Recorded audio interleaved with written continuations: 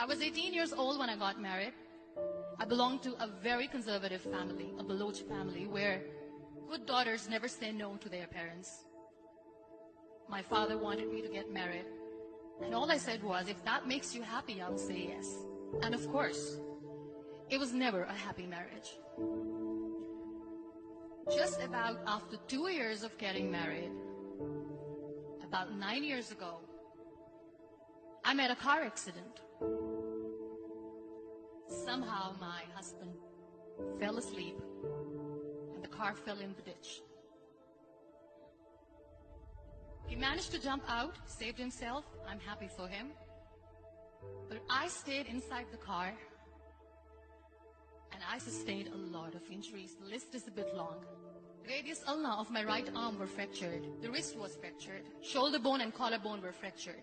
My whole rib cage got fractured. But that changed me and my life completely was the spine injury. Many people came to rescue.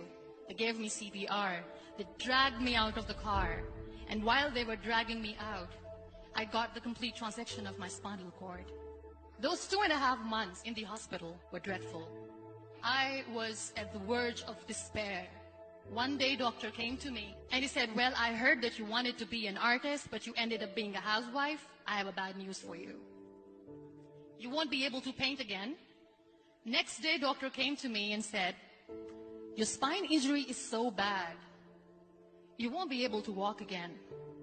I took a deep breath and I said, it's all right. Next day, doctor came to me and said, because of your spine injury and the fixation that you have in your back, you won't be able to give birth to a child again. That day, I was devastated. I started to question my existence. Why am I even alive? So what kept going was, one day I asked my brothers, I know I have a deformed hand, but I'm tired of looking at these white walls in the hospital and wearing these white scrubs. Bring me some colors, bring me some small canvas. I want to paint. So the very first painting I made was on my deathbed, where I painted for the very first time. What an amazing therapy it was. Without uttering a single word, I could paint my heart out. I could share my story. People used to come and say, what lovely painting. So much color. Nobody could see the grief in it. Only I could. And that day I decided that I'm going to live life for myself. I am not going to be that perfect person for someone. I am just going to take this moment and I will make it perfect for myself. That I'm going to fight my fears. So I wrote down one by one all those fears. And I decided that I'm going to overcome these fears one at a time. You know what was my biggest fear? Divorce. But the day I decided that this is nothing but my fear, I liberated myself by setting him free. And I made myself emotionally so strong that the day I got the news that he's getting married, I sent him a text that I'm so happy for you and I wish you all the best. And he knows that I pray for him today. Number 2 was, I won't be able to be a mother again. And that was quite devastating for me. But then I realized there are so many children in the world, all they want is acceptance. So there is no point of crying, just go and adopt one. And that's what I did.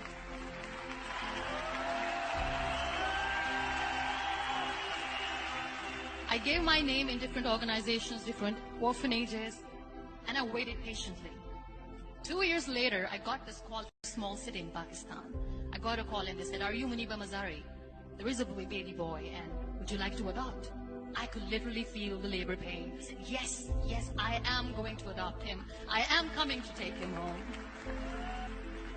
And that day, Nair was 2 days old, and today he's 6. You know, when you end up being on the wheelchair, what's the most painful thing?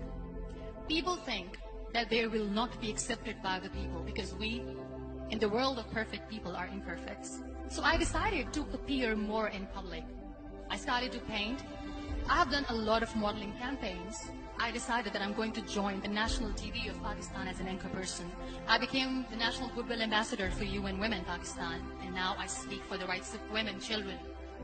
I was featured in BBC 100 Women for 2015. I'm one of the Forbes 30 under 30 for 2016. So when you accept yourself the way you are, the world recognizes you. It all starts from within. We have this amazing fantasy about life. This is how things should work. This is my plan. It should go as per my plan. If that doesn't happen, we give up. I never wanted to be on the wheelchair. Never thought of being on the wheelchair. This life is a test and a trial, and tests are never supposed to be easy. So when you're expecting ease from life, and life gives you lemons, then you make the lemonade, and then do not blame life for that. It is okay to be scared. It is okay to cry. Everything is okay, but giving up should not be an option.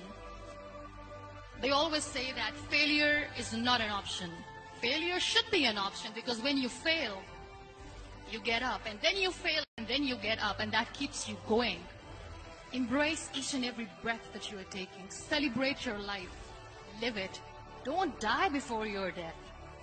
Real happiness lies in gratitude. So be grateful, be alive, and live every moment.